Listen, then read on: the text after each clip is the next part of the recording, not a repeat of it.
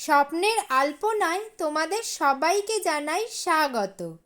আজকের গল্প অভিশপ্ত হিরে, প্রথম পর্ব। সালটা 1950। সময়টা অঘ্রাণের মাঝামাঝি। গভীর রাত। শীত এবার আগেই জাঁকিয়ে বসেছে। একটা হিমেল হাওয়া যেন হিংস্র পশুর মতো তীক্ষ্ণ নখ বসাতে চাইছে। কুয়াশার ঘন আবরণ নেমে এসেছে ধরিত্রীর বুকে। রাতের স্তব্ধতা ভেঙে ঢং ঢং করে 2টো বাজল। ঘণ্টার শব্দ মিলিয়ে যেতে না যেতেই অন্ধকার পুড়ে উদয় হলো এক ছায়ামূর্তি। আগাগোড়া কালো পোশাকে ঢাকা অদ্ভুত এই মূর্তি। কালো সার্জের প্যান্ট, কালো ওভারকোট আর মাথায় একটা কালো পশমের টুপি, অনেকটা মাংকি ক্যাপের মতো। কিন্তু যা তফাৎ তা হলো টুপিতে মুখ সম্পূর্ণ ঢাকা।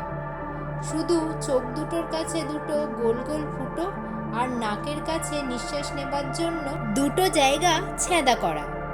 পায়ে কালো রবারের জুতো। সারদান এভিনিউর ফুটপাত ধরে মূর্তিটি পূর্বমুখে বড় বড় পা ফেলে হাঁটছিল। একটা বড় বাড়ির সামনে এসে সে থমকে দাঁড়ালো। বাড়ির গেটে পিতলের ফলকে লেখা কেপি বোস ব্যাংকার। লেখাটার উপর একবার চোখ বুলিয়ে তালাবন্ধ লোহার গেট টপকে বাড়ির ভেতরের প্রাঙ্গণে লাফিয়ে পড়ল সেই ছায়ামূর্তিটি। সামনে সুন্দর সবুজ লন। লনের পাশে ঘেঁষে লাল কাঁকড় বিছানো পথ। পথের পাশে নরম মাটিতে নানান রঙের ফুল গাছ দিয়ে সাজানো। সেই পথ ধরে মূর্তিটি এগিয়ে চলল। পোর্টিকোর কাছাকাছি আসা মাত্রই বাঘের মতো একটা হিংস্র কুকুর গর্জন করে তেড়ে এলো। আগন্তুক বোধহয় এই পরিস্থিতির জন্যেও প্রস্তুত ছিল।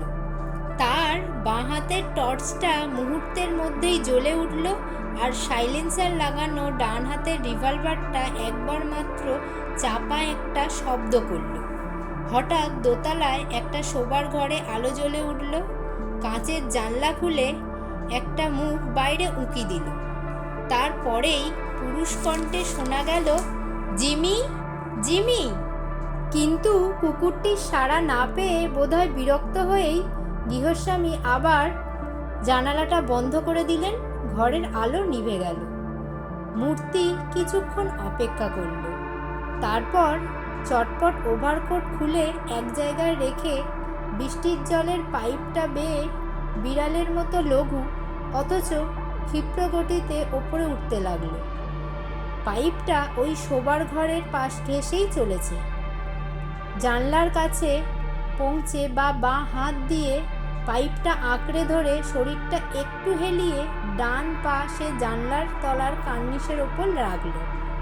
তারপর ডান হাত দিয়ে পকেট থেকে কাগজের মতো পাতলা বেগতখানেক লম্বা একটা করাত জাতীয় জিনিস বার করে সেটা কাচের জানলার দুপাটের জোড়ায় চুলচেরা ফাঁকের মধ্যে গলিয়ে ভেতরের খিড়কি মৃদু চাপে খুলে ফেলল। খুট করে একটা শব্দ হলো। কালো ছায়ামূর্তি নিঃশ্বাস বন্ধ করে নিঃসাড়ে ওই অবস্থায় দাঁড়িয়ে রইল। না, ভেতর থেকে কোনো সাড়া শব্দ নেই। মৃদু সেই শব্দ সুখসজ্জায় ঘুমে আচ্ছন্ন গৃহস্বামীর কানে পৌঁছায়নি। মূর্তি এবার নিঃশব্দে জানলা খুলে ফেলল। তারপর হাল ফ্যাশনের গারদহীন সেই জানলা দিয়ে লাফিয়ে পড়ল ঘরের ভেতর।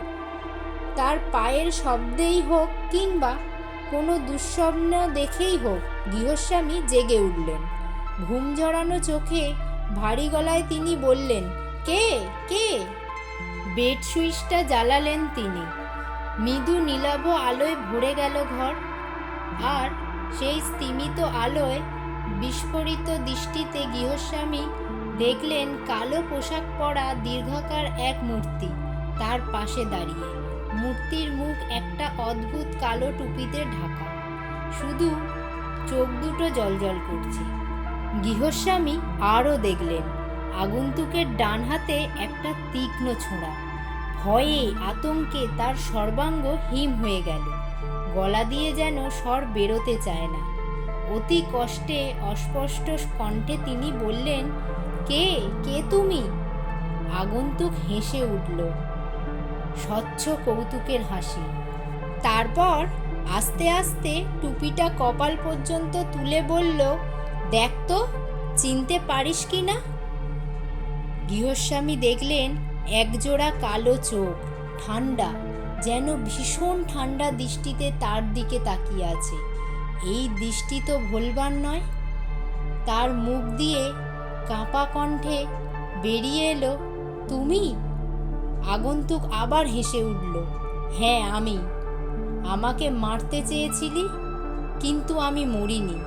প্রতিশোধ নেবার জন্য আজও বেঁচে আছি। বিদ্যুৎ গতিতে তার ডান হাতটা ওপরে উঠল, তারপর ছোঁ মেরে নেমে এলো নিচের দিকে। সঙ্গে সঙ্গে একটা চাপা মরণ আর্তনাদ। তারপর সব চুপ। সকালবেলা খবরের কাগজটা খুলতেই বিখ্যাত জুয়েলার হরেন মল্লিকের চোখে পড়ল বড় বড় হরফে ছাপা সংবাদটি, রহস্যজনক হত্যা। গতকাল গভীর রাত্রে পিপলস ব্যাংকের প্রতিষ্ঠাতা ও ম্যানেজিং ডিরেক্টর কেপি বোস অজ্ঞাত আতাতীয়র হাতে নৃশংসভাবে নিহত হয়েছেন। তাহাকে তাহার শয্যায় ছুরিকাবিদ্ধ অবস্থায় পাওয়া যায়। আশ্চর্যজনক বিষয়, একটি তাস, রুহিতনের 10 নম্বর, তার বুকের উপর পাওয়া গেছে। মিস্টার বোসের প্রিয় কুকুরটিকেও গুলি করে হত্যা করা হয়েছে। উল্লেখযোগ্য আতাতীয় মিস্টার বোসের কোনো টাকা পয়সা কিংবা মূল্যবান জিনিসপত্র অপহরণ করেনি। মিস্টার বোসের কোনো পত্নী বা সন্তান ছিল না, তাই পুলিশি তৎপরতার সহিত এই জঘন্য হত্যার রহস্যের কিনারা করে অপরাধী বা অপরাধীদের উপযুক্ত শাস্তির ব্যবস্থা করলে শান্তিকামী নাগরিকদের স্বস্তির নিঃশ্বাস পড়বে। হরেন মল্লিকের হাত থেকে খবরের কাগজটা পড়ে গেল। তিনি কয়েক মিনিট জবুথবু হয়ে বসে রইলেন।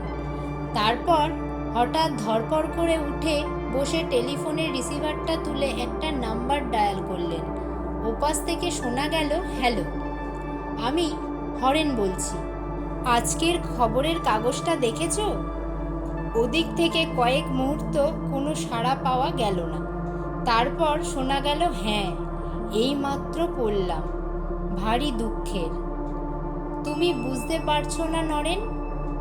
হরেন মল্লিক বাধা দিয়ে বলে উঠলেন, এটা সাধারণ খুন নয়। সে ছাড়া আর কেউ এ খুন করতে পারে না। কি পাগলের মতো বকছো?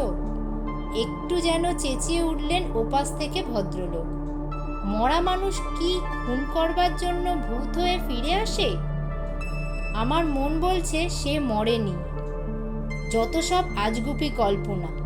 এটা নিছক একটা খুনের ব্যাপার। ঘরে চোর ঢুকেছিল, কেষ্ট জেগে ওঠায় পালাবার পথ না পেরে ছোঁড়া মেরেছে। আজকালকার চোররা শেয়ানা, শুধু সিদেল কাঠি নিয়ে চুরি করতে আসে না, সঙ্গে ছোড়া, রিভলভার ওসবও থাকে। কিন্তু আমার মন যে সায় দিচ্ছে না নরেন, ভয়ে আমার হাত পা যেন ঠান্ডা হয়ে আসছে। Don't B A coward. এরকম খুন যখন কলকাতা শহরে হামেশাই হচ্ছে। মিথ্যে ভয় পেয়ে মনকে কষ্ট দিয়ে লাভ নেই। যাক, সন্ধ্যের পর আমার এখানে চলে এসো, একসঙ্গে কোথাও একটা ডিনার করা যাবে। টেলিফোনের রিসিভার রেখে দেওয়ার শব্দ হলো। হরেন মল্লিক কিন্তু তারপরেও কিছুক্ষণ রিসিভারটা ধরে বসে রইলেন। হঠাৎ তার মনে হলো, নরেনকে জিজ্ঞেস করা হলো না, এটা যদি একটা সাধারণ খুনই হয়ে থাকে তবে তাসটা এলো কোথা থেকে এবং কেনই বা এলো? আজকের গল্পটা এই পর্যন্তই। পরের অংশে কি হয় সেটা জানার জন্য পরের পর্বে অবশ্যই চোখ রাখবে। তার সঙ্গে অবশ্যই লাইক আর শেয়ারটা করে দেবে। আর যারা নতুন বন্ধু, আজকেই আমার এই গল্পটা প্রথমবার শুনছো বা দেখছো, এই ধরনের গল্প আবার পরে পেতে আমার চ্যানেলটাকে অনেক চ্যানেলের মধ্যে যাতে হারিয়ে না ফেলো, তার জন্য তাড়াতাড়ি সাবস্ক্রাইব করে রাখো। তোমাদের করা একটা সাবস্ক্রাইব আমাদের ভিডিও বানাতে অনেক আগ্রহ বাড়িয়ে দেয়। আজ তাহলে এই পর্যন্তই থাক। দেখা হচ্ছে এই গল্পের পরের পর্ব নিয়ে পরের ভিডিওতে। ততক্ষণ পর্যন্ত তোমরা সবাই ভালো থাকো এবং সুস্থ থাকো।